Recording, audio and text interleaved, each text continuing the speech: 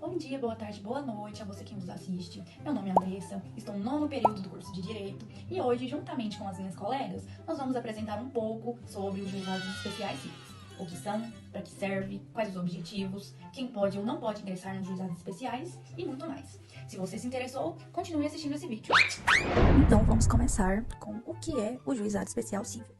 O Juizado Especial Civil, ele é um órgão do Poder Judiciário capaz de solucionar rapidamente, de forma econômica e segura, as demandas jurídicas. As pessoas que podem ingressar no Juizado Especial Civil são as pessoas maiores de 18 anos, microempresas e firmas individuais. Assuntos de família, união, herança, inventário, criança e adolescente, falência, questões trabalhistas e acidentes de trabalho não podem ser ingressados através do Juizado Especial Civil. O valor da causa deve ser até de 40 salários mínimos. Para que você possa ingressar no Juizado Especial Civil, deve levar a documentação pessoal com cópia e a sua documentação original, documentos que comprovem o seu direito e informar os dados do reclamado. Além disso, integram o sistema dos juizados especiais, os cíveis, criminais, fazenda pública e os federais. O objetivo do juizado especial foi criado para conciliar, processar e julgar causas de menor complexidade. Anteriormente, foi dito sobre as pessoas que podem entrar com processo no juizado especial civil. Quem não pode ser parte é o incapaz, preso, pessoa jurídica de direito público, empresas públicas da União, insolvente civil ou massa falida. E também temos uma observação a ser esclarecida. Se o valor da causa for de até 20 salários mínimos, não há necessidade de representação por advogado. Nesse caso, a própria pessoa pode ingressar através do jus postulandi. Para que você possa ingressar ou ajuizar um processo no juizado especial civil, nós temos 4 coisas importantes. Tem que ser forma simples, linguagem acessível, fatos e fundamentos sintetizados e o objetivo que se quer alcançar. E com isso, os requisitos da petição inicial são: o juiz a que se destina, a qualificação das partes, a causa de pedir, o pedido, o valor da causa, as provas que pretende produzir, a opção pela realização de audiência de conciliação ou mediação e a apresentação dos documentos. Nos juizados especiais cíveis estaduais, as citações e as intimações são formas de comunicação com as partes do processo. Assim, de acordo com a Lei 9.099, a citação permite que o réu esteja à parte da relação jurídica processual, de modo a formar uma relação tríplice, isto é, o juiz, o autor e o réu. A citação pode ser realizada por correspondência com aviso de recebimento em mão própria ou por oficial de justiça, independente de mandado ou de carta precatória. Mas atenção! Em caso de pessoa jurídica ou de firma individual, a citação ocorre mediante a entrega ao encarregado da recepção, ou seja, fica ligado naquele funcionário que recebe a correspondência e guarda tudo na gaveta. A citação deve vir acompanhada de uma cópia do pedido, mais dia e hora para comparecer ao juízo. E não se esqueça, de acordo com o artigo 18, se o réu não comparecer, ele se torna revel. Isso não quer dizer que a sentença será desfavorável a ele, mas já viu, né? Tudo que o autor alegar será considerado verdadeiro. No ato da citação, esta não pode ocorrer por edital, hein? Isso porque a doutrina considera que é uma citação ficta ou presumida, e não está alinhada à sumariedade aplicável aos juizados especiais. E outro detalhe: o comparecimento espontâneo do réu supre a falta ou nulidade da citação. Por fim, também temos a intimação, que serve para comunicar o autor, réu ou os demais sujeitos sobre alguns atos processuais a serem realizados, como, por exemplo, a oitiva das testemunhas. E, de acordo com o artigo 19, podem ser feitas nos moldes da citação ou por outro meio idôneo de comunicação. Se o demandado não comparecer na sessão de conciliação ou na audiência de instrução e julgamento, será considerado rével e será reputado fatos verdadeiros aqueles apresentados na petição inicial, conforme o artigo 20 da Lei 9.099 de 1995. O juiz arbitral, assim que aberta a sessão, o juiz esclarecerá sobre as partes sobre as vantagens e conciliação e mostrar também os riscos e as consequências do litígio. A conciliação será conduzida pelo juiz de direito. Se for obtida a conciliação, será escrita e homologada pelo juiz mediante sentença. É cabível a conciliação não presencial, conduzida pelo juiz e transmitida em tempo real. Se o demandado não comparecer ou recusar a participar da tentativa de conciliação não presencial, o juiz dará a sentença. Se não for obtida a conciliação, as partes poderão optar de comum acordo pelo juiz arbitral. Conforme artigos 27 a 29 dos Juizados Especiais Cíveis, não sendo instituído o juízo arbitral, irá imediatamente proceder-se à audiência de instrução e julgamento, na qual não poderá resultar nenhum prejuízo à defesa.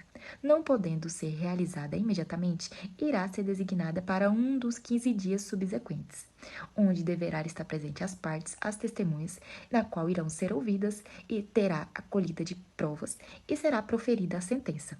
Serão decididos de plano todos os incidentes que possam interferir na regularização da audiência.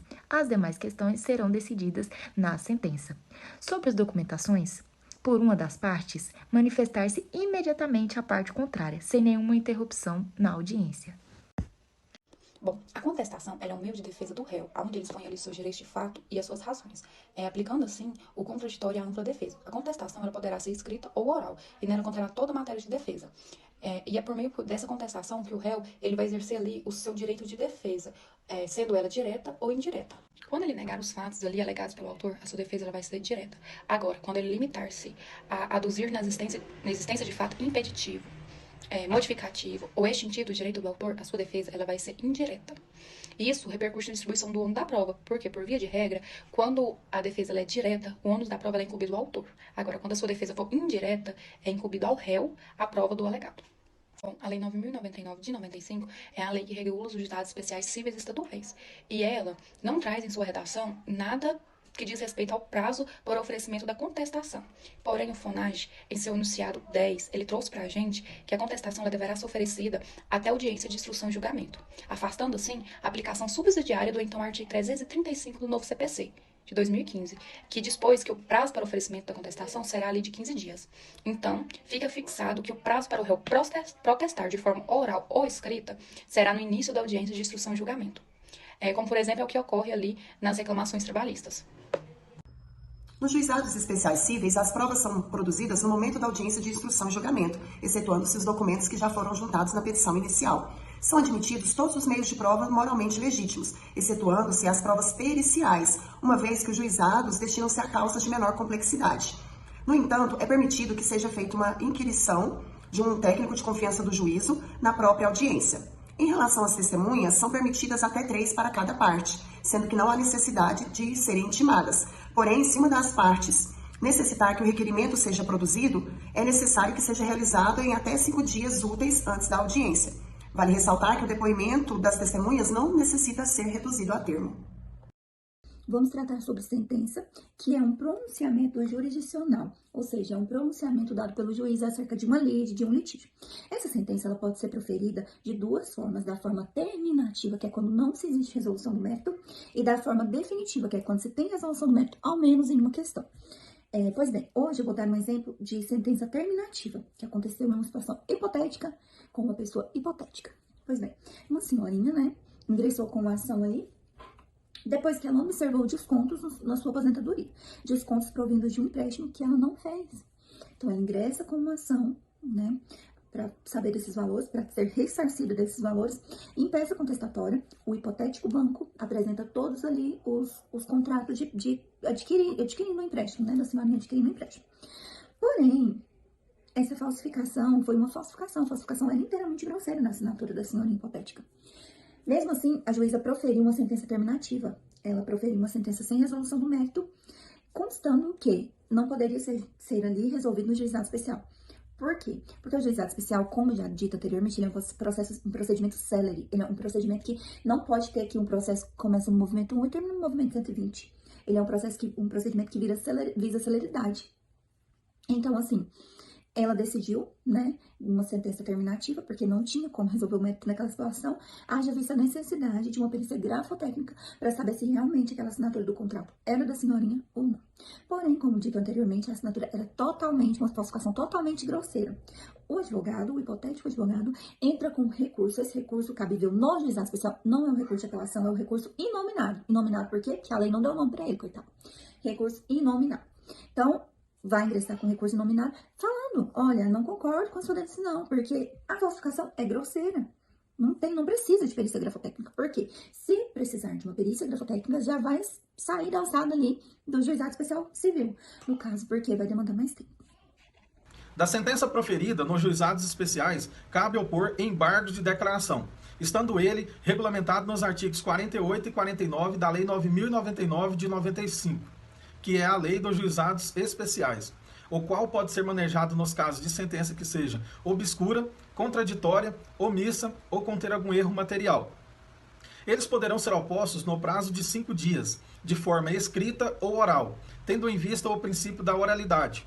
E consoante o artigo 50 da mesma legislação, interrompem o prazo para a interposição de qualquer outro recurso. A execução pode ser conceituada como um meio pelo qual o cumprimento de uma obrigação é voluntária e é voluntariamente satisfeita. Quando a obrigação não é cumprida espontaneamente, faz-se necessária a prática de atos executivos pelo Estado com o objetivo de satisfazê-lo. A execução será classificada de acordo com a natureza da obrigação, cuja satisfação se pretende. Sendo assim, haverá a execução de obrigação de fazer, de não fazer, de pagar a quantia certa e dar a coisa. Nos casos da obrigação de empregar, ou fazer ou de não fazer, o juiz na sentença ou na fase de execução combinará a multa diária arbitrada de acordo com as condições econômicas do devedor, para a hipótese de inadimplemento.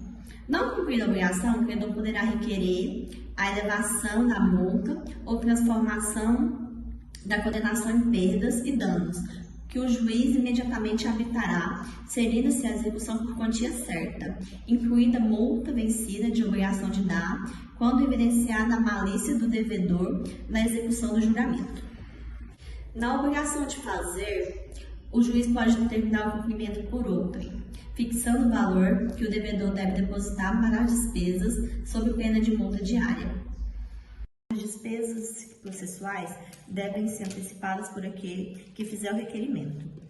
Conforme o artigo 84 do CPC, as despesas abrangem as custas dos atos do processo, a indenização de viagem, a remuneração do assistente técnico e a diária de testemunha.